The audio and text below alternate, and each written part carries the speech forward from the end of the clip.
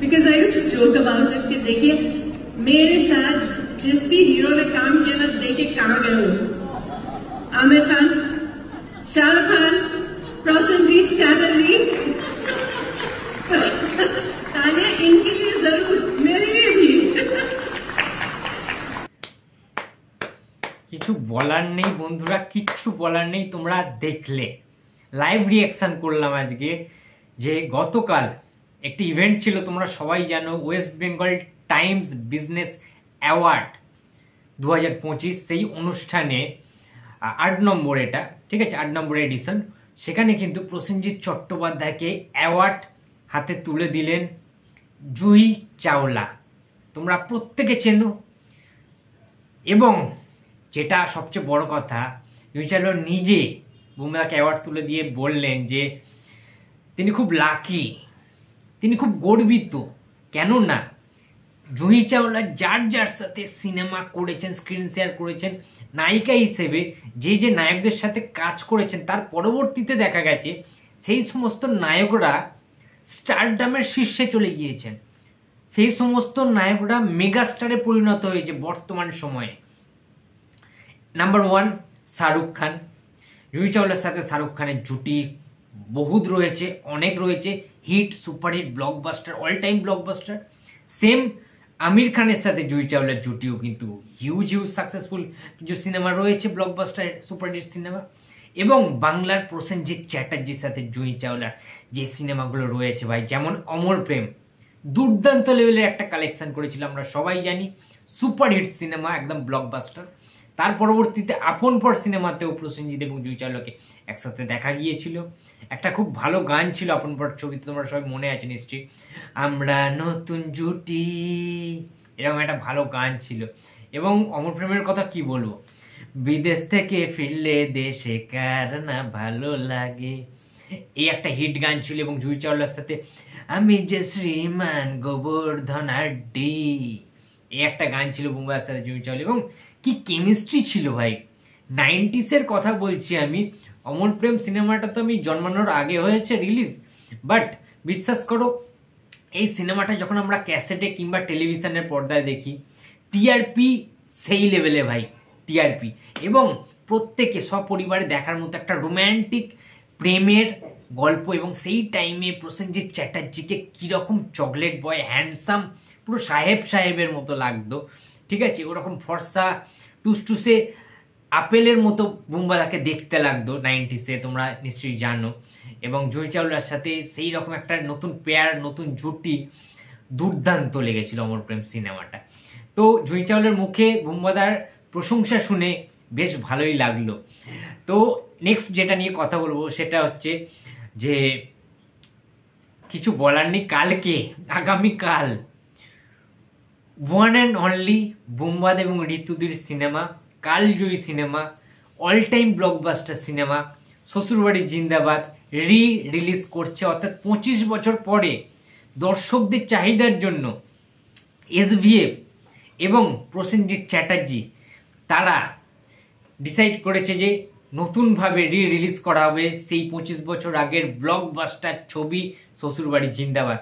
শ্বশুরবাড়ি জিন্দাবাদ নিয়ে অনেক ইতিহাস রয়েছে, শুধুমাত্র প্রসেনজিৎ ঋতুপর্ণার সেই কেমিস্ট্রি নয়, এসভিএফ প্রোডাকশন হাউসকে বাঁচিয়ে তুলেছিল, নতুনভাবে অক্সিজেন জুগিয়েছিল। যে এসভিএফ ভেবেছিল আর সিনেমা করবে না, তারা সিনেমা বানানো ছেড়ে দিয়ে নতুন কোনো প্রফেশনে, নতুন কোনো ব্যবসায় তারা বিনিয়োগ করবে, টাকা ঢালবে, সেই এসভিএফ শ্রীকান্ত মাহাতাকে বুমবাদা বুঝিয়েছিল এবং লাস্ট একটা চান্স নিতে বলেছিল। সেই চান্সটা এসভিএফ নিয়েছিল, শ্বশুরবাড়ি জিন্দাবাদ, বাকিটা ইতিহাস।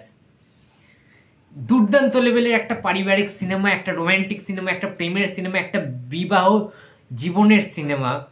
এবং কে কে ছিল না সিনেমায়, মাল্টি স্টারার, প্রসেনজিৎ, ঋতুপর্ণা, রঞ্জিত মল্লিক, অনামিকা শাহ, অনুরাধা ম্যাম, শুভাশিস মুখার্জি, কৌশিক ব্যানার্জি, ঠিক আছে, আরো অনেকে, ঠিক আছে। প্রত্যেকটা কাস্ট অ্যান্ড ক্রিউয়ের যে পারফরমেন্স, প্রত্যেকজন আর্টিস্টের আউটস্ট্যান্ডিং পারফরমেন্স ছিল কিন্তু শ্বশুরবাড়ি জিন্দাবাদে।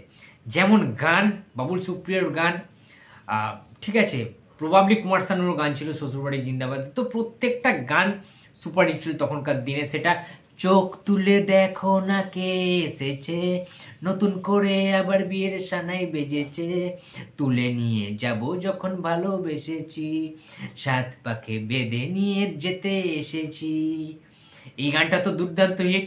এছাড়া যে কোনো গান, প্রত্যেকটা গান, সোনা সোনা খামে মোরা, সবুজে সবুজে ভরা এই পৃথিবী, নেই তো উপমা যেন প্রিয়তমা, ও গো প্রিয়তমা।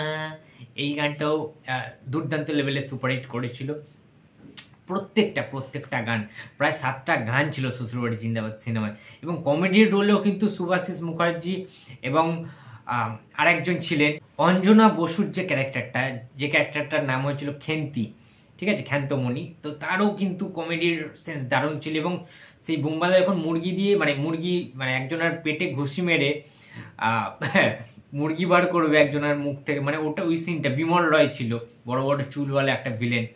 তো ওই সিনটা ভাই হেভি ছিল ভাই। এবং ওই সিনেমায় শ্বশুরবাড়ি জিন্দাবাদে বুম্বাদার কিন্তু একটা স্ট্যান্ড মুহূর্ত রয়েছে, একটা অ্যাকশন দৃশ্য রয়েছে, সেটা বুম্বাদা নিজে করেছে, যেখানে বুম্বাদাকে সব ভিলেনরা টিউবলাইট দিয়ে ফাটিয়ে দিচ্ছে, বুম্বাদার গায়ে মারছে সেগুলো।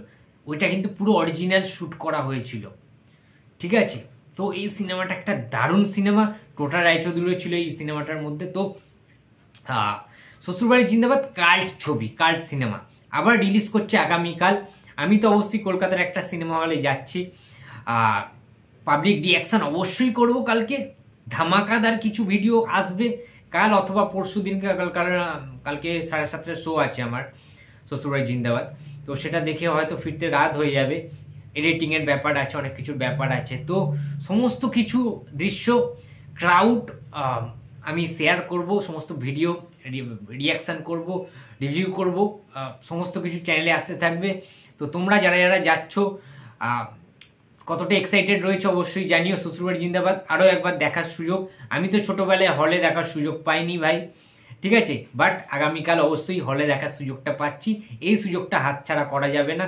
বুম্বাদার শ্বশুরবাড়ি জিন্দাবাদ রিলিজ মানে একটা মহোৎসব, একটা উৎসব মুখর পরিবেশ। প্রসেনজিৎ ভক্তদের খুশির দিন, উৎসবের দিন, সবাই কালকে সেলিব্রেশন করব।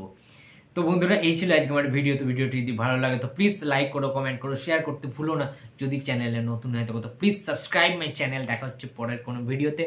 তো টাটা।